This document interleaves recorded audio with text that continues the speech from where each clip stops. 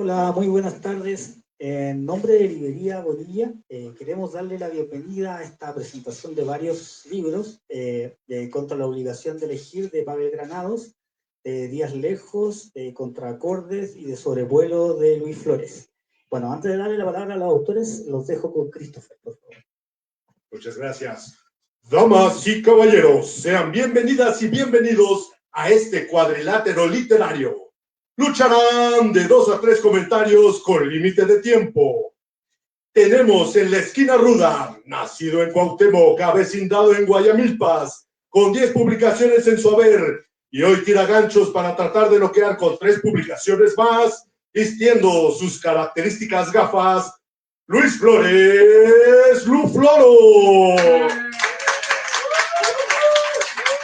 Y en la esquina técnica, el campeón de la estrategia de lectura, nacido en la delegación Álvaro Obregón, avecindado en el barrio de la del Valle, con un récord de más de 20 libros en su haber, sin knockouts. No sabemos si viene con calzoncillos azules. ¡Pavel Granados! ¿Quién empieza? ¿Es lucha libre o box? ¿Quién tira el primer gancho? Es lucha libre. Lucha libre, que sea lucha libre. Como el verso. Es una mesa. Box libre, box libre.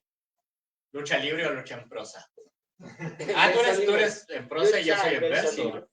Ah, sí, es cierto, él es verso libre. No, tú eres verso medido. Bueno, en realidad de los dos, verso libre y verso medido. Sí. Y tú, prosa libre. Prosa libre. Ibas a empezar tú. Yo iba a empezar recordando Fuera máscaras. Hace muchos años, en 2023 más o menos, yo trabajaba en la Comer, que está aquí a una cuadra y media, en 2001, o sea, hace 24 años. En 2001, está chavo. Hace 24 años trabajaba aquí en la Comer, que era entonces una Auchan, un supermercado francés, y en ese tiempo no escribía ni poemas ni nada, sí leía, me gustaba leer narrativa. Yo pensaba, en algún momento voy a escribir alguna novela, pero la vida me ha llevado a escribir poemas. Creo yo que sí fue un momento muy decisivo, porque justo cuando dejé de trabajar allí, en ese entonces Auchan, empecé a escribir poemas. Fue una semana muy decisiva para mí, porque algunos no saben, pero yo tengo un hermano que se llama igual, Pavel, y mi hermano Pavel me dijo una vez que se iba a ir de vacaciones. Un primo, que según era bien chorero, me habló por teléfono y me dijo, oye, me salió un viaje a Cancún a 800 pesos, ¿quieres ir? Tú estás trabajando, puedes juntar ese dinero y conocer Cancún. Y yo dije, sí quiero ir. Y le dije a mi hermano Pavel, y mi hermano Pavel, no, él es bien chorero, ¿tú qué le crees? Te va a estafar, dile que no. Y yo, no, la verdad no puedo. Y después de un mes o 2 meses, mi hermano Pavel, ya vi que no era choro, es que él trabaja en la delegación y consigue unos boletos, y yo sí voy a ir. Y yo, entonces, él se fue a Cancún una semana y yo compartí el cuarto con él, y en toda esa semana yo me puse a leer mucho, eran vacaciones, me puse a leer mucho y me dio por escribir poemas, y gracias a que no fui a Cancún en ese diciembre, me puse a escribir poemas, y eso ha marcado todo lo que he hecho desde el año 2001, 2003 hasta la fecha. Y ahora, pues ya que empecé así, que Pavel nos diga cómo empezó a escribir, ¿no? Oye, bueno, yo creo que tú tienes como punto de partida el Auchan de aquí atrás. O sea que esa es una placa de inicio de carrera, pues, literaria. Sí. Yo no soy tan afecto a ese Auchan, creo que he tenido más afición por los velorios de aquí enfrente, que es ¿cómo se llama? García López. García López, tan bonitos, ponen buenos, son bonitos con café. Bueno, aquí he tenido, ¿vale? Muy café, muy bonito. Sí, ahí estuvo, por ejemplo, Miguel Capizán, ahí lo trajeron, ahí estuve con él, había varios, se me ha tocado varios aquí, más que en la Auchan. He venido más a los velorios de acá que en la Auchan de allá, pero porque acá creo que no he venido una vez o 2 veces, porque pues me queda lejos. Sí, te queda lejos. Aunque ya es maliciosamente Christopher, dice que vivo en la del Valle, pero pues eso no, ya sé que es azul completamente la del Valle, pero la casa donde viví antes era mucho más azul. De hecho, fui a buscar y quién había ganado las elecciones en mi Calle, 70 y tantos %, Xochitl Gálvez, y todavía peor donde voté yo en la Cuauhtémoc, ya tenía mi credencial allá, era 78, 79% Xochitl Gálvez en la colonia Roma, o sea que es una desgracia. Creo que los dos somos, yo quiero confesar que los dos somos pejezones. Sí. De tradición de siempre, ¿verdad? Sí. Él sí trajo su playera. Playera. Yo no, la verdad es que sí voy a cambiar más al color. No sé si... Bueno, ¿ya vas a dejar de ser pejezón? No, pero es que no viene de color. Ok. Más, no voy a dejar de ser pejezón. Más bien, la cuestión, no sé si me va el color de morena. Hay que ver, además, mandé o negro o qué, pero no, naranja, no. ¿Mandé? Verde limón tampoco. Ni verde. Bueno, a veces es verde sí me gusta, pero no hay, bueno, no verde, no verde limón, naturalmente. Sí tengo que cuidar mucho eso, pero nunca van a ver de azul de pero ¿cómo empecé a escribir yo? Ay, a ver, fíjate que fue en el CCH. Me sentía yo así muy con mis compañeros y hacíamos un periódico mural y nos pusimos a hacer una revista que le pusimos, no sé cómo se llama, 1 en maya, así, el número 2 iba a ser 2 en maya, ¿Untul? ¿Se dice en maya? Entonces así le pusimos, yo tenía un compañero que escribía de jazz, otro que escribía de filosofía, por ahí anda, bueno, he visto que por ahí, por ejemplo, otro compañero en la UACM, creo que hasta fue rector de un plantel que se llama Octavio Serra, él estudió letras, clásicas. La verdad yo tenía una visión muy frívola de mí mismo, pensé que iba a escribir puras cosas así como... Puro ensayo. No, ni ensayo, no, olvídate, no como el del TV Notas, o no sé qué pensaba de mí, cosas completamente frívolas pensaba de mí, pensé que tenía que, no sé, la verdad no tenía mucha idea, pensaba como en la política, nunca, pero sí sabía que quería ser escritor, pero yo había leído que Pablo Neruda decía que, como le preguntaron, ¿cómo sé si puedo ser escritor o no? Y entonces se le preguntó a un joven poeta y él dijo, solamente puedes saber si eres escritor o no, porque alguien que tiene espíritu de escritor no puede vivir sin escribir. Simplemente no puedes no escribir. Y a mí me angustiaba mucho porque yo soy muy feliz sin escribir.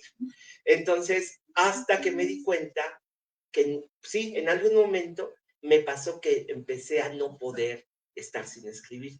Yo iba a las clases al taller literario de Alicia Reyes en la Capilla Alfonsina y entonces bueno, ¿por qué? Porque mi primer texto que me publicaron así en forma, no que nos autopublicáramos en el CCH, fue porque se enfermó Amparo Ochoa, bueno, yo tenía 18 años, una cosa así, y entonces dijeron, quienes admiren a Amparo Ochoa, vengan a leer en homenaje a Amparo Ochoa. Y yo fui y le escribí un texto, y ya estaba en el público un editor de un periódico, y me dijo que le diera el texto. Ahí lo tengo, pero no creo que sea nadie, es horrible. Y con eso empecé. Entonces yo diría que ese fue el primer texto y empecé a hacer crónicas de artistas antiguos, o sea, ya sabes, cantantes de cosas. Eso fue lo primero que empecé a escribir. Esa fue mi primera, pues, mi acercamiento así a la literatura. Siempre fantaseé con escribir un libro, tú con una novela. Pues yo creo que crónicas era lo que yo quería escribir, pero la verdad, bueno, sí fueron las crónicas las primeras que hice, porque en la Facultad de Filosofía y Letras, maestra Carmen Galindo, le habían invitado a dirigir una serie de textos hechos para los maestros, libros que les iban a hacer a los maestros de todo el país y te hacían 20,000 ejemplares, un montón. Y entonces se llamaba ¿Ya leíste? Y el más viejito de los escritores fue Andrés Enestrosa, y que tenía como 100 años, no sé cuántos, y yo, que tenía 24 años, y con ese fue mi primer libro. ¿El tuyo? Mi primer libro fue en la UACM. Fue muy raro porque yo tenía ya varios poemas a lo largo de, no sé, 3, 4 años, ¿no? Los primeros años de escritura. yo los mandaba a un concurso que era, bueno, todavía existe el punto de partida, pero no ganaba y no ganaba. Entonces fui juntando varios poemas y vi una convocatoria de la UACM y dije, voy a mandar mi libro, se lo compartí a un amigo y él me dijo, no, yo creo que le falta tu libro, hazle unos ajustes, estos poemas como que no. Entonces, eso en lugar de desanimarme, dije, está bien, le voy a hacer caso, voy a quitar unos poemas, voy a pulir otros y ya, lo envié. Y un amigo en común, Felipe Vázquez, de mío y de Leopoldo, que está aquí presente, él trabajaba y sigue trabajando en la UACM, entonces yo siempre que mando un premio o algo así, lo hago de manera muy discreta, no me gusta, pues no, obviamente no me gusta perder y no me gusta decir, ay, ¿qué creen? Perdí en tal concurso, o sea, si gano, pues qué chido, ¿no? Ya les digo, o que se enteren, pero pues siempre me ha gustado ser muy discreto en los concursos a donde meto, y yo dije, no le voy a decir a nadie, busqué la dirección, fui a entregar los papeles a las oficinas de la UACM que estaban muy cerca de aquí y me encontré a Felipe Vázquez y yo, ay, qué vergüenza, él es el que recibe los engargolados. Y todavía Felipe me comentaban, yo he sido jurado, sobre todo se nota, y eso es verdad, con el paso del tiempo lo he visto, en lo que escribes se nota mucho lo que lees y cómo lo estás leyendo, ¿no? Y incluso yo diría, ¿por qué lo estás leyendo? Y ahora, con el paso del tiempo, me he dado cuenta de eso, pero a mí me dio mucha pena entregar mi libro y saber que era alguien que yo conocía. Y me acuerdo que a las 2 semanas, Leopoldo llegó a mi casa y me dice, ay, me dice Felipe que metiste a tal concurso. ¿Por qué tienen que saber todos, no? Qué pena. Y ya pasaron, no sé, 4 meses y gané y yo me puse muy feliz porque dije, bueno, por lo menos él sabía que metí y ya sabe que gané. Y yo estaba muy, muy contento porque dije, va a ser mi primer libro. Tenía en ese momento 22 años y dije, qué chido. Y luego, ya cuando lo iban a editar, se fue a huelga a la UACM un montonal de meses o años, no sé.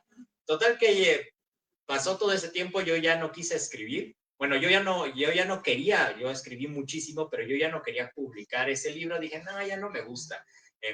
Pasaron muchos años y en 2013, que abrieron la UACM, me dijeron, ya está tu libro, ven por él. Yo, ya ni lo quiero. Entonces ya fui y ya me dieron ejemplares y al final de cuentas fue una experiencia súper linda porque la UACM en ese momento, no sé si ahora eso fue en 2013, 2014, en ese momento tenían una dinámica de círculos de lectura donde a los asistentes les regalaban un libro de la UACM y leían las publicaciones de la UACM, las publicaciones de literatura.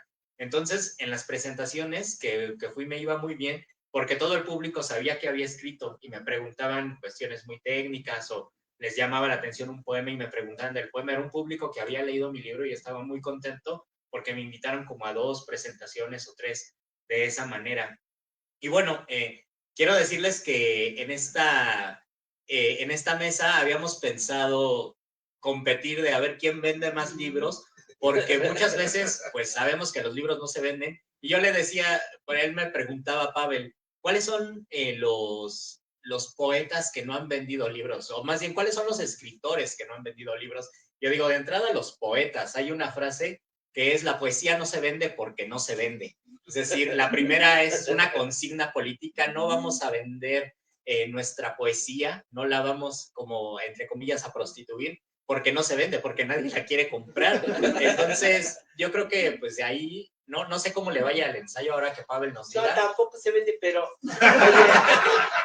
oye, es que te voy a decir que, por ejemplo, Carlos de Monsiváis, cuando le dieron el premio Villaurrutia, él dijo que cuando, habló mucho de Javier, sabes que admiraba mucho a Villaurrutia, cuando le dieron el premio Villaurrutia, Carlos dijo, y mi voz, qué inmadura.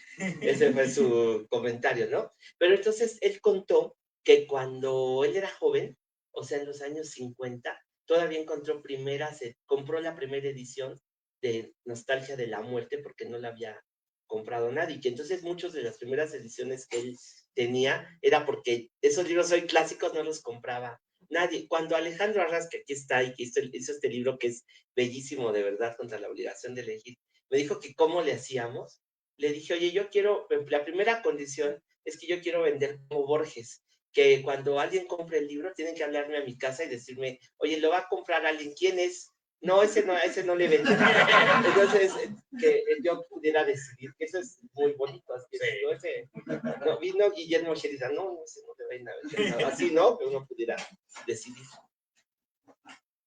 Ajá, pero Pero si llegara alguien a comprarlo. Si llegara alguien, no ha llegado nadie me ha hablado. Nadie te ha hablado. También dijiste con Alejandro, esto creo que es padre compartirlo. Todo el proceso de la publicación es muy, muy difícil. Yo de estos 3 libros que tengo, de Contracordes, que curiosamente tiene el mismo inicio que tu libro, Contra la Obligación, y el mío es Contracordes. De estos 3 libros, primero me ha costado mucho trabajo, ya tengo el libro terminado y lo mando a muchos concursos a ver en cuál sale a lo largo del tiempo, porque no se puede concursar simultáneamente. Entonces, a veces paso 1 año, 2, 3, 4 años hasta que sale el libro, pero uno de esos, y ya Pavel nos contará cuál es su camino de publicación, uno de esos, no, yo dije, este es muy difícil que gane, porque son poemas de amor y pues es complicado, ¿no? Por la temática siento que va a ser complicado. Y en algún momento, o sea, sí lo mandé a algunos premios y en algún momento dije, no, la neta, si quiero que salga, pues ya va a ser otro camino. Y yo doy cursos de poesía, un compañero me dijo, yo quiero publicar libros, me interesa tener un sello editorial. Publicó el libro, ya tenía algunas publicaciones él, porque también ofrece talleres y cursos. Publicó el libro de Vías Lejos y yo estaba muy contento. Dije, pues es un libro que durante 15 años lo estuve escribiendo. En esos 15 años descarté muchos poemas, corregí muchos poemas. Hay poemas que estuve como 6 años reescribiéndolos, corrigiéndolos y me obsesiono mucho con el trabajo posterior a la escritura. Y en Días Lejos, pues fue eso. Eran poemas de mucho tiempo. Incluso en unas primeras versiones, yo me acuerdo que le compartí a mi amigo Leopoldo y a otro amigo Javier los poemas y les decía, oye, pues dame un veredicto, ¿no? De qué tanto te gusta cada poema y así. Entonces fue un libro que se construyó a lo largo del tiempo y al final me fue muy bien porque lo mandé un premio de un libro publicado, el Joaquín Xirau, y ganó. Entonces, para mí fue un cierre muy, muy bonito porque aun cuando tuve este camino de la autopublicación, de buscar por mi cuenta, llegó esa publicación, ¿no? Y el premio. Y en el caso del ensayo, que no hay ni premios para ensayistas ni nada, ¿verdad? ¿cómo fue el de Contra la Obligación de Escribir? Yo quiero de elegir, perdón, Contra la Obligación de Elegir. ¿Cuál fue ese camino y cuál ha sido tal vez, Pavel, tu camino más complicado para la publicación de un libro? Porque ya eres gran escritor, ya no te importa. No, a ver. Ahí está, publiquenlo. Ay, a ver, no, hay unos libros que tengo por ahí escritos que no he podido publicar, un montón. Pero, bueno, no tantísimos, pero por ahí tengo, y la verdad es que me da flojera. Tendría que releerme para saber si también no. Pero, por ejemplo, este de especial, Contra la Obligación de Elegir, tiene una historia bonita. Es que, en general, yo siempre pienso que no escribo, ya casi que como Sor Juana, porque no escribo no por lo que he publicado ha sido porque me han obligado a publicar. O sea, que me dicen, oye, escríbete un libro y te lo publicamos, y ya escribo o me encargan un tema, o se ha dado las circunstancias para yo hacer algo, o he publicado textos sobre poesía, cosas así, pero algo muy personal, la verdad, yo no lo había hecho. Y casi, bueno, no que me obligaras, pero fue idea de Alejandro. Entonces Alejandro me dijo, oye, estaría bueno que él me hacía el libro, y el pobre tuvo que leer, le di como 500 textos, una cosa así. Y le dijiste, tú elige. Y le dije, tú elige. Salieron 3 libros diferentes, uno sobre poesía, otro, cosas así. Pero mira, y la verdad es que Alejandro fue el que se dedicó a revisar, y ya que eligió los que más le gustaron, pues resultó que era pura literatura mexicana. Y no tenía yo título, y el título salió de el primer ensayo, porque el primer ensayo es sobre Alfonso Reyes. Y Alfonso Reyes, lo que yo cuento ahí, es que él decía, cómo hay que escribir, ser muy elegante, escribir, decía, no, cantar en do de pecho es no saber cantar. Nada más cantar con do de pecho es no saber cantar. Debes cantar así, bueno, vestirte de gala a veces, y a veces ser muy, pues, escribir como quieras, ¿no? Puedes escribir, bueno, diría don Alfonso, en pantuflas, o sea, no tienes que vestirte de gala, no tienes que estar siempre, no tienes que obligarte a muchas cosas. Entonces, más o menos de eso trata el texto, y me gustó como título porque ya teníamos que imprimirlo y no sabía cómo ponerle, pues fue contra la obligación de elegir porque no sabía qué título poner. Ahí se entiende que no tenía título, pero se entiende también que gracias a don Alfonso he sabido que no tienes que ponerte a elegir el estilo o, por ejemplo, una cosa que no me gusta hacer a mí es borrar. Entonces, si ya llevo una cuartilla y dije, no, ya no estoy de acuerdo, mejor digo, no, siempre no, y ya me sigo. Y ya sigo con la idea distinta a la que empecé la página. Entonces, me gustó, cuando lo empecé a hacer, me di cuenta que me gustaba, porque parece que estás como loco y dices, bueno, no te pones de acuerdo con lo que escribes y suena como un monólogo de un loco, de un loquito, ¿no? Entonces, eso me ha gustado cultivar eso. Por ejemplo, el ensayo te permite eso. Dices que no hay premios para ensayos y tienes razón. O sea, sí hay, pero son pocos Bueno, comparados con los muchos de poesía. De poesía, todo el mundo sí. Pero, por ejemplo, te voy a decir que cuando ganó Gabriela Mistral el Nobel, que siempre Gabriela Mistral quiso hacer creer que ella nunca había hecho nada, que no se sentó a esperar así, a ver qué pasaba, porque no, incapaz de promover su obra, pero escondidas se la pasaba promoviendo que la Academia Sueca, primero que la tradujeran al francés, que era el idioma que leía la Academia Sueca, luego que le hicieran un prólogo para que la Academia Sueca entendiera, se lo pidieron a Paul Valéry.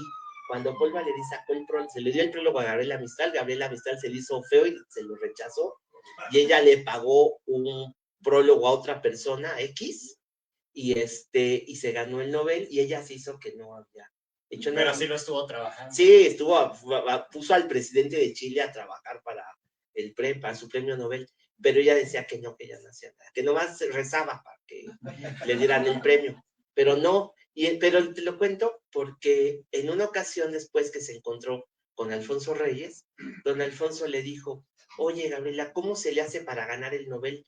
Yo quiero ganar ese premio. Le dijo, no, Alfonso, porque la Academia Sueca dice que el ensayo no es un género literario. Y él se enojó muchísimo, se ofendió mucho, hasta le dejó de hablar un tiempo a Gabriela Mistral, porque se ofendió de esa respuesta. ¿Sabes qué es lo más curioso? Que si tú lees El Deslinde, que es el libro de teoría literaria de don Alfonso, dice que el ensayo no es literatura. No, pues le pesó tanto que tuvo que... Ya se dijo, es que no es literatura. Bueno, a mí se me hace un gran literato, ¿no? Oye, ¿te avergüenza alguno de los premios que has ganado? No, ninguno. A mí sí. Me avergüenza no ganar. Bueno, yo una vez, no concurso mucho, no me dieron nunca ni el FONCA ni nada, no me dieron el FONCA. Pero la beca de la Fundación de los Escritores. Tampoco me la dieron. Sí.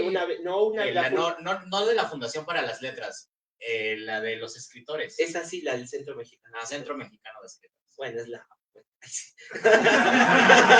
no, es que estaba Carlos Montemayor, estaba Licho Macero, no era... Tengo muchos amigos, la fundación es buenísima. No, me refiero a que estaba Chumacero, que me sentía yo muy así, de que fuera mi tutor, ¿no? Ya nos pasaron escritores importantísimos. Sí, pues era muy, pero fíjate, ¿qué te puedo decir? Esa me la dieron. Pero no, fíjate que no, yo sí creo que no, pues no sé por qué me la dieron, la verdad, pero no es tanto eso, sino concursar me llena como de mucha culpa. Ah, sí, ¿por qué? Pues porque una vez concursé y no pude dormir los 6 meses que duró la deliberación.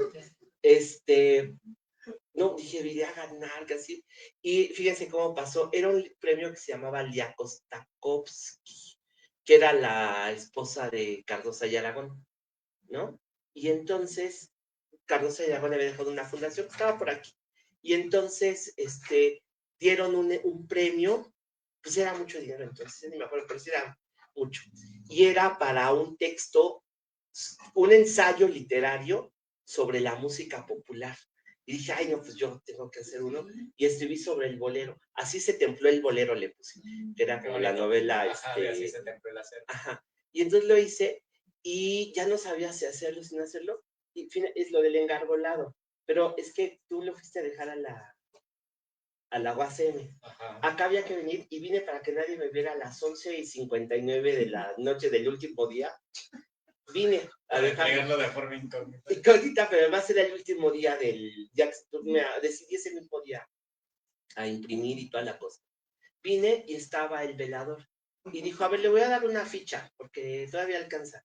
Dice, a ver, y me dio una ficha, y me dio, pues así, el premio Leandro Stapowski, número 15.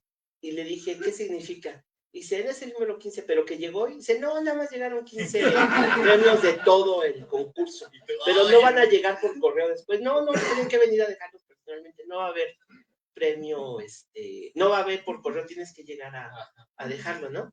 Y entonces, ya lo... Aumentaba la posibilidad. Pues dije, soy uno de 15, y no salían los resultados, no salían, y es que el jurado, no dormía porque el jurado era García Márquez, junto con Oscar Chávez, y sí, ganó alguien más, y yo un día hablé y dijo, no, el premio, como hablé porque ya lo dieron el premio. ¿Quién? No, pues ya me dijeron el nombre de alguien que no sé, que me dio mucho coraje. Y no me lo aprendí, se publicó el libro, todo, el comentario de García Márquez. Era una tesis gramsciana sobre la música. Pues estaba muy bueno, pero no era literario. Bueno, Eduardo Galeano. Y ya lo publicaron y toda la cosa. Pero yo dije, híjole, era mucho dinero. Dije, bueno, no importa, en la mente ya me lo había gastado todo, porque ya me había paseado por el mundo y comprado una casa, un coche con todo el dinero. Pero un premio que me dio vergüenza, pues ahora sí, la verdad, les confieso, tengo el Pajés. Que se siente horrible. Entonces, no sé si regalarlo, o lo pongo para que no se cierre la puerta. Es el Paje, tengo el Pajes, ¿pueden creer? ¿En qué consiste? O sea, físicamente, ¿qué es? No, pues es la estatuilla de Pajes, que a mí, que por otra parte él me cae bien, pero pues lo tiene Alarraqui, Chumel, Javier Lozano. ¿Quién más lo tiene? ¿Quién más? ¿Su hija de Pajes? ¿Quién? No, ya lo da. Bueno, a mí me lo dio Saludos. Junto con Chumel. Todo el público, bueno, es junto con Chumel. No, yo no estuve el día que Chumel. Mi hermano me hace burla porque después que yo lo gané, le ganó la perra Frida. Bueno, sí, pero. Ella subió el nivel. Ella prestigió el premio. Sí, ¿Viste el nivel del premio? No, tenía buen empleo, yo lo gané el mismo año que Ríos.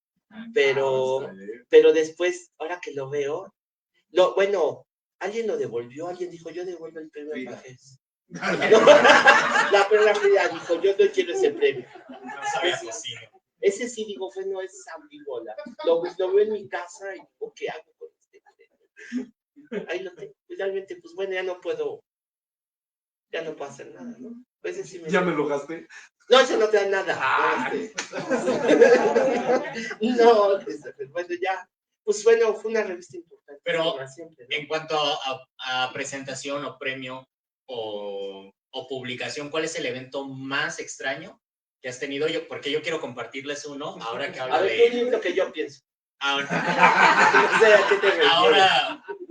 que habla de ese premio hace 12 años, que por cierto en ese tiempo también me comentaba algo al respecto Pavel Granados. Yo gané un premio que se llamaba Erasmo Castellanos V, que fue la única vez que lo emitieron, y a mí me fue igual de bien porque solamente llegaron 14 engargolados, y solamente llegaron 14 engargolados porque no tuvo nada de difusión. Así un amigo a mí me dijo, oye, vi esta propaganda en mi pueblo y pues concursa. Entonces yo envié y dije, pues está raro, es la única vez que lo han promovido. Entonces mandé, de hecho ni me publicaron el libro, y lo hacía una peña literaria, todavía la organizan allá. Algunos escritores de la región de los Tuxtlas organizó el premio, y les costó mucho trabajo juntar lo poquito que daban de dinero, porque era una labor nada más de ellos, ¿no? A ellos les encantaba reunirse, declamar sus poemas, y me acuerdo que el evento, la premiación, eran unos señores declamando poemas, y me decía mi amigo, qué chistoso que los que ahora hacen spoken word hayan llegado al mismo punto que llegaron los declamadores, ¿no? Los declamadores de hace 50 años se la pasaban gritando y moviendo las manos, y ahora los spoken word hacen exactamente lo mismo, pero tuvieron que dar toda una vuelta, ¿no? Para coincidir. Bueno, yo en ese premio me acuerdo que me dieron una estatuilla de Erasmo Castellanos, que fue ¿Y la tienes? La tengo todavía. Una vez cuando no tenía dinero, me dijo una amiga, deberías venderla al kilo.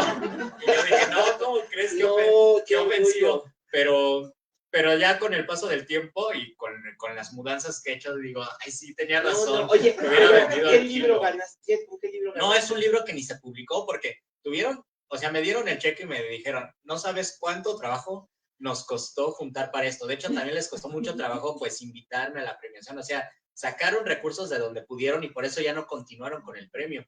Y me dijeron, bueno, si quieres podemos publicar, hacer una publicación muy sencilla de tu libro. Y dije, no, gracias. Pues ya, o sea, dije, pues ni modo. Y de todos modos, pues eran poemas que yo había descartado de muchos libros, ¿no? Entonces, pues dije, no pasa nada. Después lo reviso. Creo que muchos nunca los publiqué. El caso es que esa figurilla me hicieron otra ceremonia en la prepa 2, que es la prepa de Erasmo Castellanos, y me acuerdo que es un señor que me dice Pavel que llegó en carreta a la Ciudad de México, o sea, de Veracruz, llegó a la Ciudad de México a dar clases cuando todavía ni se inventaban los automóviles, así de viejo era ese señor.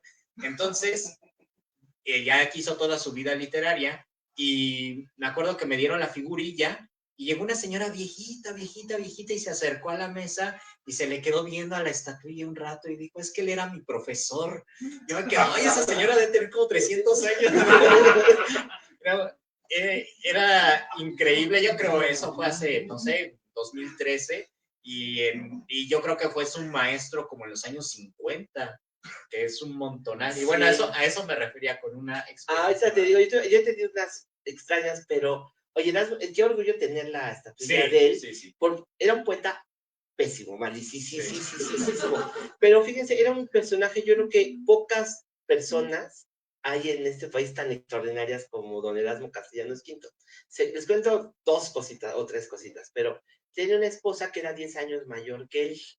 Entonces él por educación se aumentó 20 años para decir que él era mayor 10 años que su esposa. Todo un caballero. Entonces, todo el mundo creía que era mayor, si tenía 60, él decía que tenía 80, así. Entonces, cuando se murió, en el periódico dijo Ricardo Garibay, murió mi maestro Castellanos Quinto, no puede ser, no debe haber muerto, debe tener 150, 200 años, ya siempre estaba la leyenda de él. Su esposa se murió un día en la mañana y él dijo, ¿qué hago? No supo qué hacer, subió a la cama y se salió a dar la clase porque no podía faltar a sus clases. Entonces ya llegaron a la clase, dio su clase y les dijo, le dio una crisis de un pánico, murió mi esposa y la dejé en tu casa, ¿sí? Lo tranquilizaron. Era un señor que salía con una de esas bolsas como de yute, ¿cómo se llaman? De esas que son, no sé, blancas así grandotas, ahí metían los libros, como de costal, ajá, y con eso salía a sus clases. Y sus alumnos decían, no, el maestro hay que regalarle algo bonito, y se cooperaron y le compraron un portafolio. Dijo, bueno, gracias, y lo metió a su bolsa, y así, caminaba siempre. Y todos los muchachos te iban acompañando desde la preparatoria hasta su casa en Tacubaya. Pero él cuando iba todo el camino, se iba hablando con los perros de las ciudades. No, a ver usted por qué lo rasguñaron, pórtese bien, y sacaba y les daba de comer a todos los perros. Órale, era pet friendly. Era pet friendly. Entonces, pero pet friendly de gallinas en su casa, chinches, todo eso. De pet friendly, así de todos, universal. Entonces era genial. Y Garibay cuenta que él fue maestro de Rubén Bonifaz Nuño, fue maestro de Miguel Alemán. Que viene ahí un ensayo de Bonifaz en el libro. Que no compren los míos, pero en el libro viene un ensayo de Bonifaz. Y fue alumno de Castellanos Quinto. Lo quisieron mucho. Decía, tienen que ser, les hablaba de los inmortales, de que Homero fue inmortal, Aquiles fue inmortal, y ustedes tienen que ser jóvenes inmortales, apréndanse versos. Y dice Garibay, qué pena con el maestro Castellanos Quinto, porque con la edad vinieron los hijos, la esposa, la familia, cosas más importantes que la inmortalidad. Decía, ¿no? Pues fue una decepción para el maestro Castellanos Quinto que no se dedicaran a la inmortalidad sus alumnos, ¿no? A mí me tocó que estando en la Capilla Alfonsina, un día llegó un señor y me dijo que se habían sentado a deliberar los de, no sé qué, una academia, no sé qué, y que en su deliberación te había dicho que yo tenía que ser miembro de esa academia y que de un instituto, pues una academia, no sé qué había sido, academia, instituto, masones, no sé qué eran, pero que me iban a hacer una ceremonia y yo tenía que dar un discurso y un doctor de ellos iba a dar un discurso y que me iban a recibir a su claustro y no sé qué. Y pues dije que sí y no sabía que había que pagar todo y dar una cuota, pero me lo dijeron ya que estaba organizado todo y tuve que ¿Y si pagar. pagaste? Sí, pues ya, pero fíjate que ya después no voy a decir quién, pero investiguen ustedes, pero cuando ya estaba hace un par de años, me llegó un correo, 3 años, 4, me llegó un correo, lo mismo, que habían deliberado que yo tenía que formar parte de la academia no sé qué, y tenía que mandar en centímetros, cuánto me medía la cabeza, para que me hicieran mi birrete, y si yo quería que hubiera brindis de no sé qué y no sé cuál, y claro, había que pagar, es un negociazo, porque estos señores que mandaron el correo se habían metido al aeropuerto, no sé cómo lo hicieron, y cuando el Papa iba subiendo a su avión, le dieron su birrete y su diploma y le tomaron fotos. Y entonces pusieron que el Papa era de su academia. Y entonces, pero todo te cobraban los meseros, el birrete, la toga, tu diploma, si lo querías enmarcado en tal color o en tal otro. Y entonces empecé a ver todos los que ya habían aceptado. Me da pena, no se los voy a decir porque hay mucha gente de la 4T que se aceptó. Muy ilustre, ahí vean, busquen. Y de los panistas también, naturalmente. Pero hay de todos, así no se imaginan ustedes los que han caído en la trampa, porque les hacen un bailable con los meseros y sales con tu toga y tu birrete, pues no, de verdad no puedo decir. ¿Hay video? Hay foto, sí, bueno, sí, hay Deberías, foto, hay video. si pierdes, comparte el video. No, eso estaría bueno.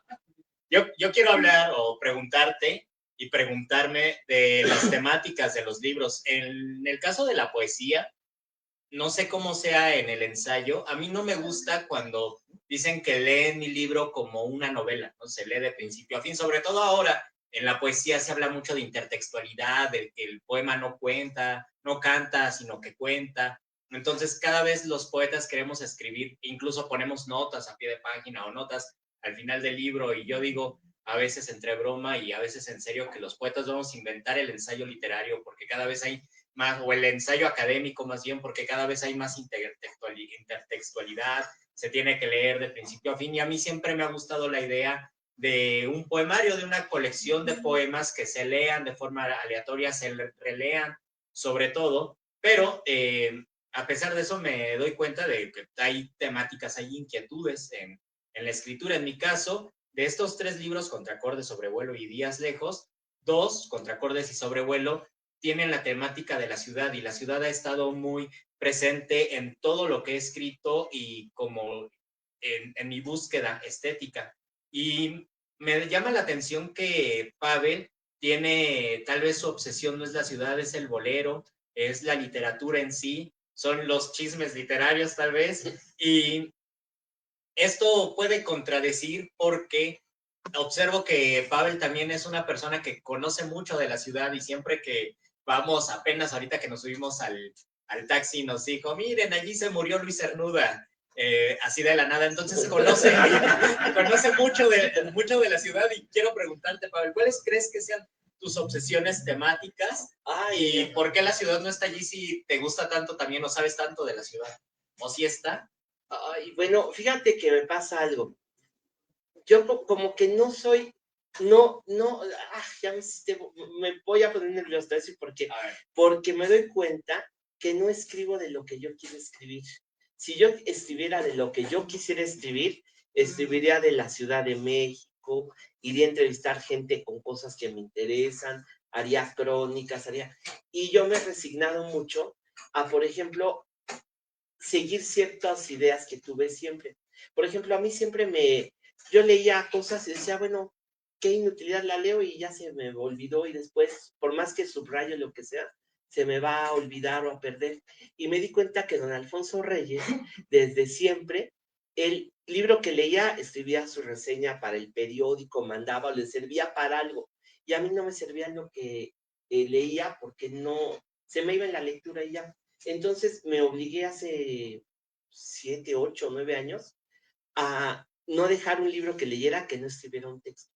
Y me sirvió mucho una frase que decía Goethe, decía, toda obra literaria no es más,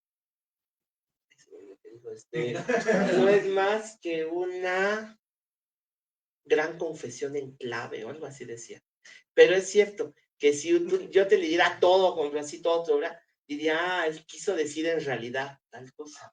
Y entonces sí, uno cuando escribe, ahí hay una confesión que nadie sabe, pero está desarrollada en muchos lugares. Y entonces a veces digo, ¿dónde? Yo sé que escribí algo sobre mí en tal lugar, pero no me acuerdo en dónde. Está por ahí. Entonces a lo mejor algún día alguien la encuentra. Está en clave, está perdida, está extendida. Pero un poco esa es mi obsesión. Quizás sea escribir porque quiero verme para ver, o sea, no me veo, y ya cuando escribo, pues me veo. Es un poco egocentrista eso, pero me estoy dando cuenta. Yo sé que sí, porque me lo has contado, a lo mejor no lo quieres confesar al público. Hay formatos, estrategias, algún recurso que digas, yo nunca quiero escribir así. Por ejemplo, a mí no me gustan los epígrafes, me cuesta mucho trabajo incluso decidir lo de los epígrafes. No me gusta los paratextos o las cuestiones tipográficas, no hago versos en escalerita, nada de eso, nunca me ha gustado. Hay algunos clichés tipográficos, escribir solo en una sola línea, ¿no? O escribir va bajando en escalerita. A mí no me gusta y sé que a Pavel también tiene algunos disgustos por allí en la escritura. No sé, ¿quieres compartir? A ver, déjame pensar algunos. Tengo muchas cosas que yo sigo como yo, como sigo, a lo mejor disgustos. Así, contar parte de tu vida y luego citar. Bueno, no me gusta lo académico. No me gusta el punto ya. Sí, es cierto. Ah, sí. No está. Sí, ayer estaba leyendo un ensayo tuyo y yo. Dije, ya me aburrí. ¿Por qué esta página no tiene ningún punto y aparte? No, los evito. Tengo que decir, cuando te acabas una idea, pones punto y aparte, inicias otra. Yo quiero hacerme el reto de que sea una sola idea. Pero, ¿sabes eso? ¿De dónde lo saqué? Bueno, creo que de ahí lo saqué. O me gustó mucho. Cuando escuché a Jean-Paul Sartre, que dice, ¿usted cómo escribe? Dice, yo escribo como si fuera un jamón. Así, pues, yo me 150 gramos de jabón y así los sacas y cortas. Cuando llegue a las 6 páginas, ahí corto. Y ya. Entonces a mí me gustó mucho eso. Y creo que así le hago. Yo digo, a ver, ¿cuántas cuartillas tengo que entregar? 22, bueno, un párrafo de 22. Y yo soy muy feliz. Bueno, sí, lo académico no me gusta. ¿Y te gusta tildar la palabra solo? Me gusta tildar la palabra solo. Me gusta, ¿qué otros? Solo. El ese, aquel no sé si lleva. ¿Tuviste problemas con este último libro? ¿Tú me corregiste lo de eso? Ni sé. Debatimos sobre. Y que, tú quieres poner punto y aparte. Pero, ¿qué más? ¿Qué otra cosa? Porque a mí en mi libro sobre vuelo tuve una buena interacción con el editor, que es un gran poeta, Luis Armenta Malpica. Él sí me mandó varias correcciones, no suyas, sino del editor, donde me decía en este verso le falta coma, en este verso le falta coma. Yo dije, a lo mejor tengo un anticomismo allí en mi vida, porque casi no le pongo, pero según yo, y también con una carrera que me respalda, pensaba que no era necesario las comas, ¿no? O sea, ortográficamente, para mí era válido quitar esas comas. Y me acuerdo que tuiteé, ponle unas comas a tu poema para que amarre chido. Y yo creo que lo vio Luis Armenta porque me dijo, ya sé que no te gustan las comas, pero revisa, a lo mejor sí. Pero es que algunas sí eran absurdas, ¿no? Entre sujeto y verbo. Yo dije, no voy a poner una coma allí. Pero creo que todos estos detalles son bien importantes a la hora de publicar, sobre todo porque va a haber un momento, no sé en otras disciplinas, pero en la poesía siempre vamos a tener una zozobra, una sospecha de que algún poema se fue mal escrito, mal corregido, mal medido. Para mí me da un miedo, o sea, yo leo mis poemas y me pongo aunque las cuento de oído, las sílabas, me pongo a contar las sílabas con los dedos, porque me da un terror encontrar un verso de 12 sílabas donde tenía que haber uno de 11, ¿no? Y que pasen 3 años y allí esté. Creo que es uno de los miedos generales en los escritores, no sé a ti, Pavel. Bueno, a mí me da miedo sí que haya ratas. Luego me leo mucho, mucho para que no haya ratas, pero luego tengo una cosa que hacer psicoanalítico, porque dije, ya encontré una rata, la voy a cambiar, bueno, mañana, bueno, y ya hasta que la veo publicada en el libro, nunca la cambié. Ajá. Otra cosa que me gusta son las mayúsculas, también ya te diste cuenta, pongo así de el hecho, presidente, la presidenta. Hemos tenido discusiones en el trabajo por las mayúsculas. Porque en la corrección, las correctoras le dicen a Pavel, no, estas mayúsculas no. Pavel dice, a mí sí me gustan. Son de respeto. No son de respeto. No, es que cosa. yo esto le comenté a Pavel, un maestro de latín, me dijo, no, pon presidente con minúscula. El día en que escribas albañil con mayúscula, puedes poner presidente con mayúscula. Y a mí esa frase me gustó muchísimo. Bueno, porque digo, es un cargo, no es que sea más que nadie, pero bueno, son... Finalmente, ahora te voy a decir que desde siempre ha habido textos contra las mayúsculas. Sí. Amado Nervo tenía unos de la idea de la enfermedad del mayúsculismo, entonces decía que había que bajar las mayúsculas, pues las pongo. Bueno, otra cosa que hay que confesar, no, estamos en contra de la Academia de la Lengua. Sí, no nos gusta lo que dice. Eso de hacer, el quitar el acento a solo, que lo que hace es crear problemas, porque ahora ya no puedes distinguirlos, es decisión de España. O sea, son cosas que deciden allá y no consultan acá. ¿Cómo hay que hacerlo? Además, hay otra cosa. La academia lo que hace es una recomendación y aquí lo tomamos como la policía de la lengua. Como la policía de la lengua. Y eso no es de ahorita porque también Altamirano, siglo XIX, decía, los mexicanos no tenemos independencia intelectual. Nos seguimos arrodillando ante la noticia del embarazo de la reina. Imagínate eso todavía ahorita, más o menos, ¿no? Sí, definitivamente. Creo que yo siempre he pensado que debe haber una razón psicológica y de hecho hay algunas, no sé, como trastornos de personas que quieren componer lo que no está descompuesto. Yo me imagino que en la academia hacen eso, bueno, ¿qué hacemos hoy? Pues, ¿cómo decir, le quitamos la tilde a solo? Bueno, pues hacemos la chamba, ¿no? Aunque ya esté bien, tienen que componer todavía lo que no está descompuesto. Ahora sí la pregunta definitiva, Pavel. A ver. Y yo espero también, aunque yo ensayé mi respuesta, tú no, porque te lo planteé hace rato y creo que no me escuchaste. A ver. Y es, ¿por qué no comprar tu libro? ¿Por qué no comprar mi libro? Pues porque están los tuyos aquí. Bueno, pues porque no tiene premio. Quiero decirles que los libros de listos tienen premio. El tuyo no. El premio va a ser que te lo compre. Va a ser. Pero tú tienes, ¿verdad que eso sí es cierto? Sí, tiene el de sobrevuelo, tuvo el premio Alonso Vidal en 2024. Contra Acordes, el premio de la editorial Praxis, que es un premio muy noble. Yo vi un comentario mal onda de, pero denle dinero. Yo dije, sí, denme dinero, pero no es un premio con dinero, pero es un premio muy noble porque dice Carlos López, el editor, que él cuando creó la editorial Praxis, pues le llegaban cientos de poetas que querían publicar su libro, entonces hay muchísimos poetas y todos quieren publicar su libro y es muy difícil colocarlo. Un profesor nos decía que él llegaba a la UNAM y veían desde lejos que era a ver si decían, no, tú para allá, ya tenemos muchos libros de poesía y se quedan allí en la bodega, nadie los quiere comprar.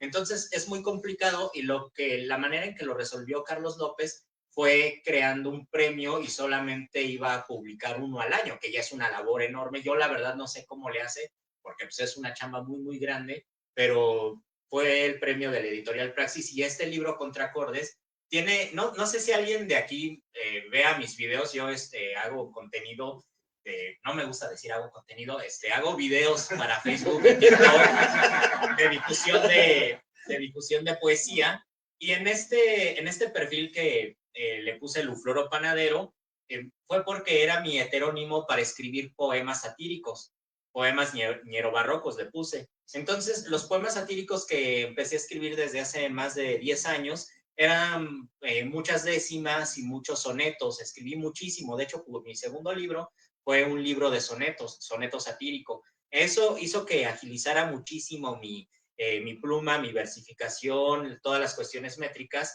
y con todo ese aprendizaje yo siempre escrito en verso libre, un verso libre muy cercano a la versificación tradicional, pero con todo eso dije, ¿qué tal si escribo poemas con rima, con metro, pero que el metro sea, las medidas silábicas, las medidas del verso sean de distintos metros. Y yo recordaba justo ahora lo estoy viendo a un poeta chileno, Gonzalo Rojas. Él tiene un poema maravilloso que se titula Oscuridad Hermosa, que es un poema que parece que está en verso libre porque las medidas son diferentes, pero tiene rima consonante y está cercano a la versificación tradicional. Y yo dije, yo quiero escribir muchos poemas que tengan distintas medidas silábicas, que tengan todos rimas consonante y que jueguen, ¿no?, entre el verso tradicional y el verso libre.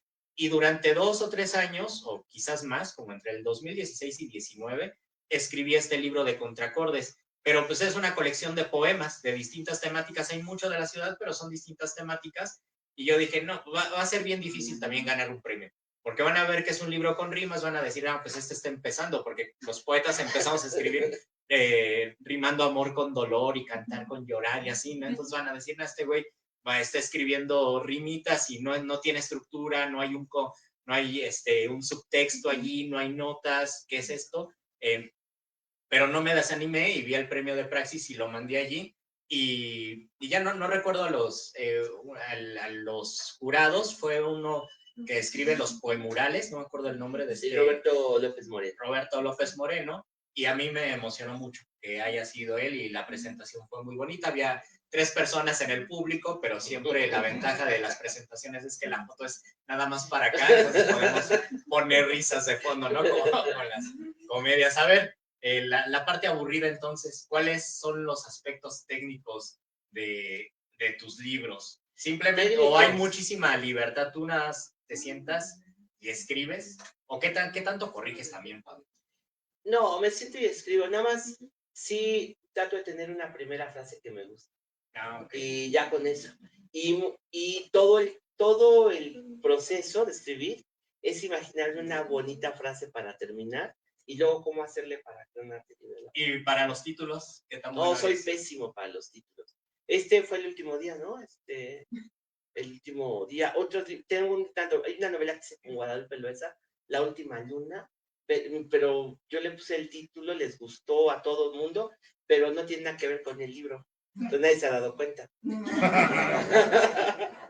Y yo creo que en los títulos siempre, en mi experiencia, a mí me han gustado todos los títulos que he puesto a mis libros y que he propuesto, pero siempre hay 2 o 3 personas que me dicen, ese título no me gusta, no me gustan tus títulos. Entonces, yo pienso que soy bueno para los títulos, espero que sí, espero tener otros títulos también académicos.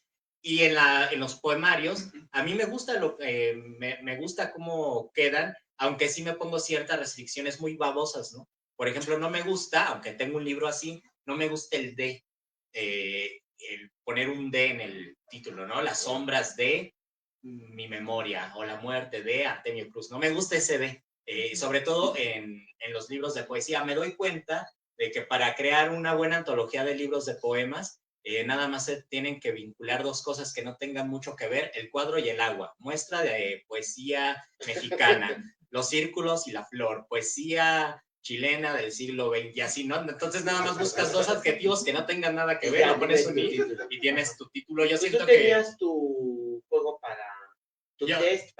Yo tengo compartí algunas plantillas para crear títulos y otras para crear haikus también.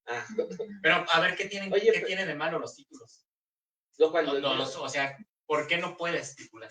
No, pues siento que no sale un buen título. O sea, como es como ponerle un nombre a un gatito, a un hijo. Pues ya tienes que decir así, alguien te tiene que convencer y no, creo que no soy bueno para eso. Pero yo te quería preguntar otra cosa, porque yo no sé de premios tanto, pero es cierto que te has ganado estos premios, pero yo te quiero preguntar, los premios, un día te los vas a acabar, los que hay. ¿Puedes concursar, ganarte 2 veces o 3 el mismo premio o está prohibido? Depende del premio. Hay unos, el 95% no, solo es una vez y ya. Hay otros que dicen, sí puedes, pero que deja que pasen 5 años. Sí. Entonces, tu manera de publicar siempre es... De publicar, pues azarosa, no sé. A veces, por ejemplo, a veces hay que me dicen, tienes que escribir y no quiero y me obligan a escribir. La obligación. Ajá. Dice, no, ya te vamos a pagar y todo. Bueno, no mucho, pero, o sea, si fuera mucho, pues no diría que no, pero hay veces en que te obligan a hacer un texto Oye, no seas malo, escribe. Bueno, un prólogo. Es un montón también. Y luego hay veces que me dicen, escribe el prólogo y luego ya te mando el libro ya que salga, pero lo he hecho prólogo sin leer. Que son los más divertidos. Tú te escribes. Me han dicho, bueno, hace poco me mandaron un correo, el libro se va a tratar más o menos de esto y del otro. En una cuartilla ya con eso hizo el prólogo. Yo no tengo, no sé cómo vamos de tiempo, yo no tengo muchos libros que... Perfecto. Entonces, ya casi, ya no. Sí. Me cuesta trabajo responder esto del libro más extraño que tengo, pero tengo dos libros que atesoro con amor. Uno es una antología de poesía social mexicana de Latinoamérica, o en español más bien, y me gusta porque aparece un poema de Roque Dalton, este poeta salvadoreño muy celebrado, y en la antología está su nota biográfica y no había fallecido Roque Dalton. Entonces en ese libro pues era un poeta joven que lo habían publicado en la antología y me gusta mucho. También tengo uno de Alfonsina Storni en la colección austral, no sé si como 3 años después de su partida. Entonces también siento que es un libro muy cercano. No sé si vino Rodrigo Coronel, ¿qué onda, Rodrigo? A mí me gustó muchísimo lo que nos comentó un entrevistado que tuvimos. Rodrigo, ya hacemos un programa de radio. Le preguntó Rodrigo a un librero, ¿cuál es el libro más raro que hayas encontrado? Él dijo, bueno, pues no ha sido un libro, pero una vez me estaba comprando una biblioteca de un fallecido y entre los libros saqué un álbum que era un bellario. Nosotros, ¿un bellario? Sí, un bellario, era una colección de bello público en un álbum, y yo creo que lo dividía entre bello de hombre y bello de mujer. Yo creo que es así el libro más extraño, a menos de que tú tengas. Ya has leído. Además, ¿cómo se lee, no? Su libro de tacto. Rubio. Si es chino, rubio, moreno. A ver, ¿cuál es tu libro más raro? No el que hayas escrito, sino el que tengas. Si yo tenga el libro más raro. Mira, no sé ni cómo llegó a mi casa, pero tengo un libro dedicado a T.S. Eliot. No, te juro que no sé. O sea, sí creo que sé en qué más o menos, en qué tanda llegó, porque tengo un amigo que llega y me dice, oye, te vendo unos libros y me los deja ahí, y estoy seguro que ahí llegó ese, y está dedicado a ese. O sea, pues, era de él, entonces ahí lo tengo. No lo puedo leer porque está en francés clarísimo, es como de un filósofo que se lo dedicó, y busqué, y sí, efectivamente el autor era amigo de T.S. Eliot, y se escribían cartas, pero era un filósofo de esos raros, de un poco rolleros de estética. Sí. No te quedarías nunca pobre. Ese lo puedo vender. Pero fue de T.S. Eso sí me emociona. Digo, dice nada de T.S. pero sí me emociona. Bueno, pues allá tenemos una pregunta. ¿Cuál es el libro que más han vendido? Ninguno. Ninguno. Yo creo que mi primer libro. No, porque, sí, pues. Bueno, no, creo que yo el de Agustín Lara, ¿no? Es que yo creo que el de Agustín. No, es que el primerito fue del Liste y se lo vendieron a mucha gente en 10 pesos. Y yo, te iba a preguntar, ¿has visto alguien leer libros tuyos en algún lado? No, jamás. Yo vi una vez en el metro un señor leyendo ese libro. ¿Y le dijiste, yo lo escribí? No, me dio pena. Suélteme, señor. No, pero ese de Liste, una vez, y creo que eso se lo conté a mi amigo Leopoldo, él me acompañó, estábamos en una librería de viejo, yo tomé un libro de ese de Ya Leíste, que son unos libros muy sencillos, y en la primera página una mosca aplastada. Yo dije, qué buena crítica en un libro de ¿Quién tiene otra pregunta? Tomás. Bueno, gracias por estar representando. Vienen aquí el sector 428, el sector 123, el sector 12, el 436, la Argentina, las oficinas centrales, el edificio de la CEP. Es una presentación de la CEP. Pablo ya nos dijo por qué no comprar su libro, pero tú nos dijiste por qué no comprar tu libro. Sí. No sé, yo creo que así con mala leche puedo decir, pues ya hay muchos poemarios ahí, entonces no pasa nada, ¿no? Dicen, ya hay para la otra. Compro otros, o sea, son 3 aquí, y hay otros más. Y una vez en una presentación dije, les voy a leer este poema, no, les voy a leer este. Pero le dije, bueno, al final de cuentas todos los poemas son lo mismo, ¿no? Pero, o sea, yo no lo dije con mala intención, sino pienso desde una forma crítica que los poemas tienen son el resultado de un conflicto con el tiempo y a través de una experiencia del lenguaje. Entonces creo que en general los poemas más o menos hablan de lo mismo en todos, no solo mis poemas, pero obviamente la experiencia va a ser distinta en cada poema, en cada libro, pero yo diría que eso, porque hay muchos libros de poesía y a lo mejor, ¿por qué sí comprarlo? Porque pues yo casi, no sé, bueno, aquí ya hay algunos de sobrevuelo, pero el de Días Lejos nunca lo he colocado en ninguna librería, los he vendido por mi cuenta, entonces a veces ahorita me acaba de mandar un mensaje a alguien que me dijo que le enviara el libro hace 3 meses y no se lo he enviado, entonces yo espero, ahora sí. Que no estás en Mercado Libre. Ahora sí, la próxima semana es que se lo envié y me lo regresó. Correos de México, entonces tengo que hacer otro envío, pero tengo que ir a las oficinas, es un relajo. Dile que estaba agotado. Sí. A ver, ¿qué otra pregunta si hay? El libro que menos han vendido. No, este no es. Yo tengo uno que no se ha vendido como 4. Pero porque está en unas bodegas ahí con un amigo que lo editó. A ver, la peor crítica que has recibido. La peor.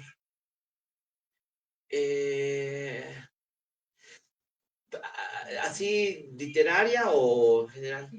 Un musicólogo que él tenía pavor, que nos hicimos muy amigos, pero estuvo diciendo que no tenía la menor idea bueno, sí del libro, pero luego al final diciendo que usaba unas palabras muy feas, que hay algunas que no sabía qué significaban, y que no sabía de música de concierto, que era José Antonio Alcaraz, que era un señor que todo el mundo le tenía miedo, y yo también, pero después nos hicimos muy amigos. Mi segundo libro, Sonetos Ñerobarrocos, que no sé si es el más vendido porque fue un tiraje pequeño, pero es el más solicitado porque es poesía satírica y creo que es un libro muy accesible. Si a alguien no le gusta leer poesía o no lee poesía, ese libro llega a ese público. Me acuerdo que el editor, mi amigo Abraham Peralta, el del sello de Gorrión Editorial, me invitó a presentarlo en muchos lados, entonces íbamos a muchas librerías, muchos cafés, muchas escuelas a presentarlo y nos iba muy bien, pero en una de esas, en una librería, no sé, por el centro de la Ciudad de México, me dijo, te va a presentar otro poeta, y era un señor medio darqueto, puqueto, ¿no? Y no parecía presentación. A él no le había gustado mi libro de sonetos, o sea, le chocaba que fueran sonetos, y que fueran sonetos satíricos, y que tuviera un lenguaje conversacional, coloquial. Entonces la presentación más bien era un interrogatorio, donde yo era una defensa de una tesis con el maestro cruel, o un interrogatorio con el policía malo nada más, donde yo tenía que defender cada uno. Entonces él me hacía preguntas trampa. ¿Por qué piensas que la poesía es para siempre? No, por las palabras. Entonces, ¿por qué usas la palabra pumita o pumabús en tu? Eso quién no va a conocer. Yo tenía que defenderme. Yo dije, oye, qué fea presentación. Nada más es como yo nada más cubriéndome de, bueno, si no te gustó está bien. Yo creo que es. Bueno, sí quiero decir que este es de los libros que más quiero porque lo pensé. ¿Qué año fue, Alejandro? 2024. Lo pensé para regalar a los amigos. Estaba ya se va a acabar el sección anterior, y dije, ya, creo que a mucha gente no la voy a ver. Trabajé con mucha gente muy cercana, y lo hice un poco pensando que lo iba a regalar a muchos amigos, y sí pasó, se lo regalé a mucha gente, que efectivamente ya no me gusta ver. Pero no porque no quiera, sino porque ya nadie se arriesga a meterse a la cena nos viene a visitar. Íñigo. Tú por lo menos tienes un libro de poesía para niños, yo sepa. Ah, sí. Y de que no has hablado hasta ahora, ¿no? Y también me gustó mucho, ¿no? Y muestra como un espectro amplio de Sí, me siento avergonzado porque el de Sonetos Ñerobarrocos tiene unos poemas muy obscenos que ahora, si los pudiera publicar, ya dirían, ya no, está bien, yo me presigno ahora, ¿no? Con eso, tal vez por respeto al que yo fui hace 10 años o 15 años, diría, lo publico. Pero también tengo poemas para niños que creo yo que allí lo importante es que en la mayoría de los poetas siempre pensamos en el carácter lúdico de las palabras, en el juego verbal. Y entonces en este juego está muy vinculado con la infancia. En algunas temáticas no, pero en cuanto a la estructura, al gozo con el lenguaje, está vinculado con eso. Y quizás eso me llevó en algún momento a querer escribir un poema para niños, un libro de poesía para niños que titulé Cuaderno de las Muchas Sensaciones, lo publicó el Fondo Editorial del Estado de México, y es un proyecto muy bello porque todos los libros publicados allí, ¿no? Tanto para niños como para la otra colección, están en línea y son descargables gratuitamente, ¿no? Eso es como parte del trato. Yo mandé un concurso ahí en el Estado de México y me dijeron, bueno, no ganaste, pero tienes una mención honorífica, puedes aceptarla, rechazarla, puedes aceptarla y que te publiquemos el libro, puedes aceptarla y que no te lo publiquemos, como quieras. Y yo no sabía qué hacer y ya después de unos días dije, va, que me publiquen el libro porque va a ser difícil. Y es un libro que a mí me ha dado mucha satisfacción. Hace unos 4 años, en pandemia, un día del niño, agarré uno de los libros y puse ahí un mensajito. Puse, este libro es para el primer niño o niña que encuentre por el Día del Niño. Felicidades, el autor Lufloro. Y iba caminando y pasó una señora con su hijo y dije, no, como que ellos no. Como que no me vibró, dije, no lo van a valorar. Dije, para el segundo. Entonces pasó otra señora con su hijo y le dije, todo, le regalo un libro, feliz Día del Niño. Ya me dijo, gracias, como que se sacaron de onda, no, gracias, y se fueron. Y a los 4 días me mandaron un mensaje en mi Face, me puso, así me mandó un mensaje de voz, grabó al niñito, diciendo, gracias por el libro, me gustó mucho, y eso a mí se hizo hermosísimo. Qué bonito. Y quería seguir preguntando porque hablaron de distintos géneros, ¿no? Entonces, la poesía sí puede tener un público para niños, ¿no? Como el cuento o la novela, sí hay novela para niños. Pero el ensayo no, Fabio. Cuando escribes, ¿alguna vez piensas en un público más ¿En joven? un niño? Mira, yo pienso esto de la literatura infantil. Pienso que la literatura no es de abajo hacia arriba, sino de arriba hacia abajo. No en el sentido de mejor, pero no, sino de edad. Que la buena literatura infantil es la que les gusta también a los niños. O sea, les gusta a los adultos, pero vas bajando y si llega hasta los niños es genial. Si vas de abajo de niño pensando que son pueriles y todo, nunca llegas a algo bueno. Me gustaría tener esa interlocución porque me encanta luego platicar. Casi no veo niños en ningún lado, entonces cuando he tenido oportunidad de platicar con algunos, pienso como que me da una oportunidad de decir cosas divertidas, chistosas y me divierto mucho, pero no me ejercito tanto en platicar con niños, pero siento que cuando puedo, de pronto sí, pues, sería increíble. Tengo un sobrinito, pero nada más está en su tablet. No me ha visto. No habla. No habla. No, sí habla. ¿Te quieres scrollear? Ajá, me hace así. Que me vaya. Eso. Oye, yo te quiero preguntar una cosa. Tú nunca has platicado de esto, creo, en tus videos de este tema, y te quería preguntar, y tú mismo no lo practicas. ¿Qué opinas de la poesía confesional? Pues confieso que sí la hago. Yo siento que no eres tan Siento así. que todos los poemas son confesionales y son, obviamente, en el siglo XX había una pugna muy rara que era la poesía de la experiencia versus la poesía del lenguaje. Entonces eras un poeta del lenguaje, decía, Sabines lo resumió muy bien en un poema donde decía, hay 2 tipos de poetas, los que escriben lucero, luceros, luceros, y los que dicen, ven una piedra y dicen, pinche piedra. Los poetas del lenguaje y los poetas de la experiencia. De la experiencia es el poeta confesional, pero conforme pasa el tiempo, un maestro también, Antonio del Toro, me dijo, es que todos los poemas son poemas de la experiencia y todos los poemas son poemas del lenguaje, porque hay una reflexión del lenguaje, ¿no? Y hay un amor por las palabras y también hay un amor o una curiosidad por el mundo que se transforma en una experiencia del lenguaje. Más bien todos los poemas no son o de la experiencia del lenguaje, sino una experiencia del lenguaje. Y me parece que en todos mis poemas hay cuestiones circunstanciales que tienen que ver con una confesión de cómo veo el mundo, aunque quizás en muchos del tema de la ciudad yo aparezca de manera distante, me parece que en otros sí estoy más vinculado, sobre todo en este de sobrevuelo, hay cuestiones muy específicas que había en mi calle, ¿no? Yo vi un excusado a la mitad de la calle y escribí un poema que viene allí. Luego vi una Brasilia vieja y escribí un poema donde menciono la Brasilia vieja. Y luego estaba estudiando un posgrado y tengo un poema que habla de un tesista doctoral. Entonces, más o menos siento que es parte de esa confesión, aunque lo último que he escrito pues ya está un poco más quejumbroso, que también fue una consigna que yo tuve hace como 10 años. Yo dije, yo quiero escribir poemas con un tono no solemne. Yo quería escapar de lo solemne y ahora en este momento pues ya es algo que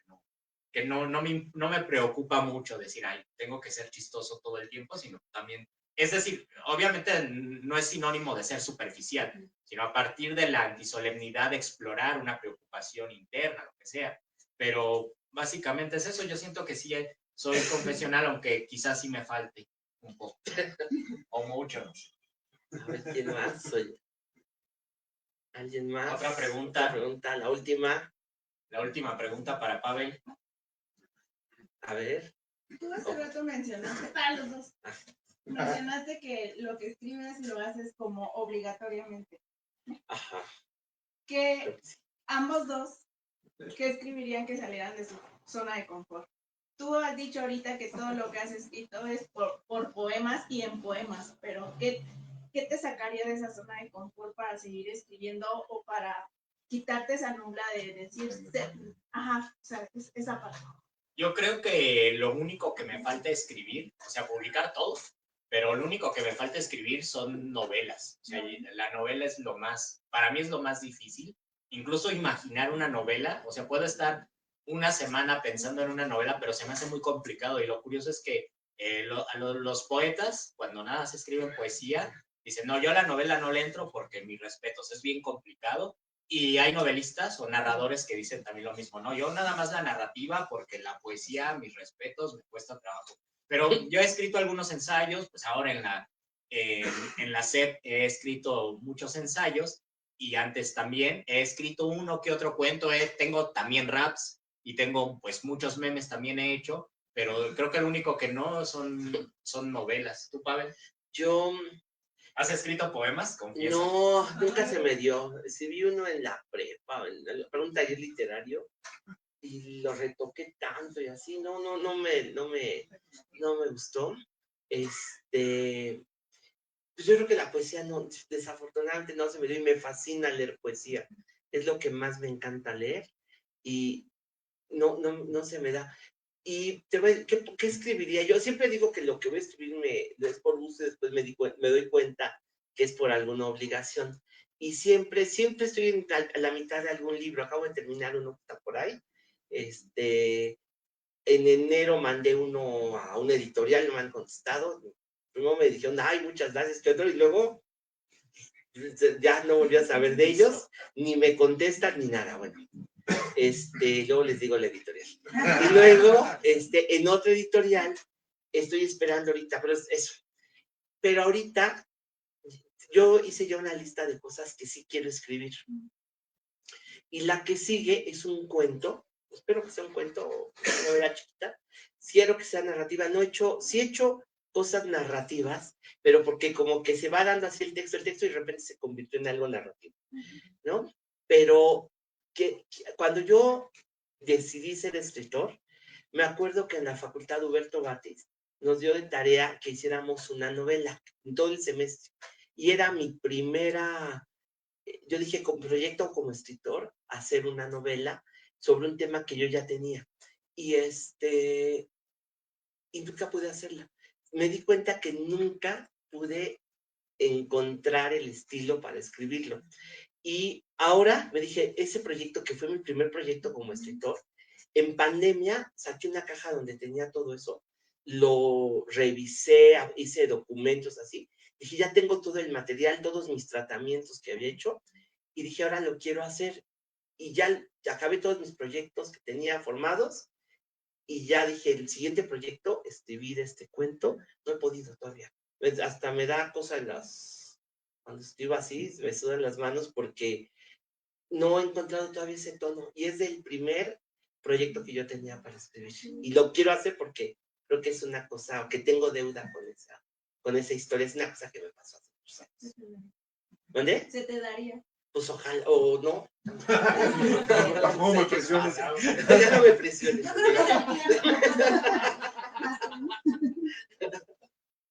Gracias. No, gracias. ¿Quién?